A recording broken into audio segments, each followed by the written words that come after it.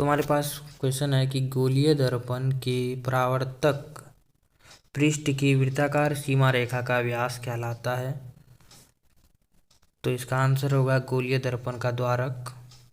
अगला क्वेश्चन देखते हैं कि निम्नलिखित में से किस दर्पण की फोकस दूरी धनात्मक होती है। तो इसका आंसर हो जाएगा उत्तल दर्पण। आगे चलते हैं। इसके बाद क्वेश्चन है कि किस वर्ण यानी रंग का तरंग दैर्घ्य सबसे बड़ा होता है। तो लाल रंग 625 nm से 740 nm तक। आगे चलते हैं। ठीक है। इसके बाद अगला क्वेश्चन है कि किसी वस्तु का प्रतिबिंब आँख के किस भाग पर पड़ता है। तो आंसर होगा रेटिना। आगे चलते हैं। आगे का क्वेश्चन है कि निम्नलिखित में से किस माध्यम में प्रकाश की चाल सबसे अधिक होती है। तो निर्वात में। ये सब आपको पता होगा। आगे चलते हैं कि अगला क्वेश्चन है कि दूरदृष्टि वाला नेत्र साफ साफ देख सकता है दूर की वस्तु को। आगे चलते हैं। अगला 7वां क्वेश्चन है कि एक अभिसारी किरण पुंज समतल दर्पण पर आपतित होता है, परावर्तित किरण पुंज होता है अभिसारी। इसका आंसर हो जाएगा। आगे चलते हैं। उसके बाद अगला क्वेश्चन है कि यदि एक प्रिज्म से एक वर्णीय किरण गुजरे तो इसका क्या होगा। तो इसका होगा, अच्छा क्या नहीं होगा पे है, इसका आंसर होगा वर्ण विक्षेपण। ठीक है। आगे चलते हैं। उसके बाद अगला क्वेश्चन है कि वायु में कांच के उत्तल लेंस की वायु में शक्ति होती है। वायु में कांच के उत्तल लेंस की वायु में शक्ति होती है धनात्मक। आगे चलते हैं। अगला क्वेश्चन है कि जल की एक गोलीय बिंदु में व्यास के अनुदिश आपतित किरण का कितनी बार अपवर्तन होगा। तो इसका आंसर है 2 बार। आगे चलते हैं कि स्विच जो होता है, स्विच लगाए जाते हैं। स्विच कहाँ लगाया जाता है, गर्म तार में। ठीक है। आगे चलते हैं। जूल पर कूलम्ब कहलाता है। जूल पर कूलम्ब क्या कहलाता है। तो वोल्ट कहलाता है। आगे चलते हैं। उसके बाद है कि चुंबकीय क्षेत्र का एसआई मात्रक क्या होता है।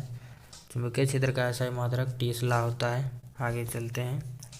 उसके बाद है कि विद्युत घंटी विद्युत धारा के किस प्रभाव पर कार्य करती है। तो इसका आंसर हो जाएगा चुंबकीय प्रभाव पर। आगे चलते हैं। डायनमो बदलता है। डायनमो क्या करता है, यांत्रिक ऊर्जा को विद्युत ऊर्जा में बदलता है। तो आगे चलते हैं फिर।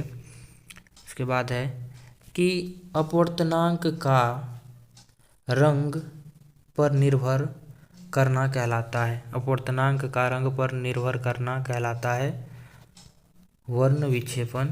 आगे चलते हैं।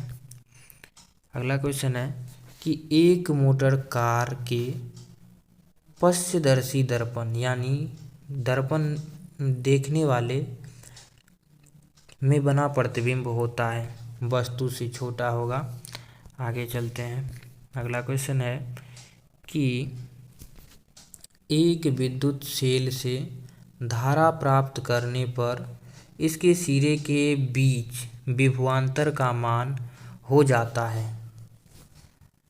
क्वेश्चन है कि एक विद्युत सेल से धारा प्राप्त करने पर इनके सिरे के बीच विभवांतर का मान हो जाता है।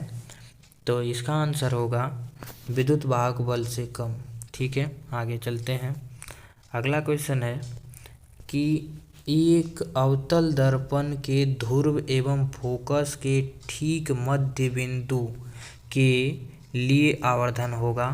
तो इसका आंसर हो जाएगा 2। आगे चलते हैं। अगला क्वेश्चन है कि जीवाश्म ईंधन के जलने से कितने ऑक्साइड उत्पन्न होते हैं? सल्फर, कार्बन, नाइट्रोजन, सभी ऑक्साइड उत्पन्न होते हैं। चलिए आगे चलते हैं। अगला क्वेश्चन है कि विद्युत प्रतिरोध का एसआई मात्रक क्या होता है? ओम मीटर होता है। आगे चलते हैं। इसके बाद क्वेश्चन है कि चुंबकीय फ्लक्स में परिवर्तन की दर का एसआई मात्रक होता है वेबर। ठीक है। उसके बाद अगला क्वेश्चन है समांग माध्यम से प्रकाश गमन करता है। समांग माध्यम से प्रकाश गमन करता है सरल रेखा में। ठीक है। आगे चलते हैं।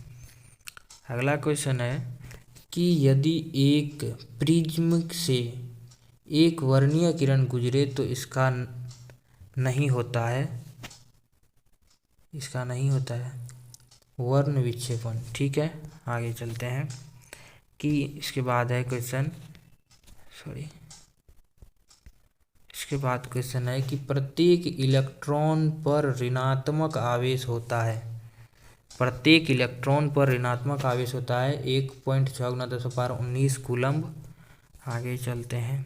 अगला क्वेश्चन है कि एक घोल नीले लिटमस पत्र को लाल कर देता है, घोल का पीएच क्या होगा? एक घोल है जो नीले लिटमस को लाल कर देता है, तो घोल का पीएच कितना होगा? 2। आगे चलते हैं। अब देखते हैं कि लोहा का परमाणु संख्या क्या है? लोहा का परमाणु संख्या 26 हो जाएगा। आगे चलते हैं। उसके बाद अगला क्वेश्चन है कि सल्फर परमाणु की बाह्यतम कक्षा में इलेक्ट्रॉन की संख्या होगी 6। आगे चलते हैं। अगला क्वेश्चन है कि एल्युमिनियम पर मोटी ऑक्साइड की परत बनने की प्रक्रिया कहलाता है एनोडीकरण। अगला क्वेश्चन है कि कौन सा कार्बन यौगिक सबसे अधिक अभिक्रियाशील है? तो C2H4 हो जाएगा। उसके बाद ये क्वेश्चन है जो आप सबके लिए होमवर्क रहेगा कि विरंजक चूर्ण का रासायनिक सूत्र क्या होता है? ठीक है। तो आगे का क्वेश्चन कल से 31 से शुरू करेंगे कल। ठीक है। मस्त रहें, स्वस्थ रहें।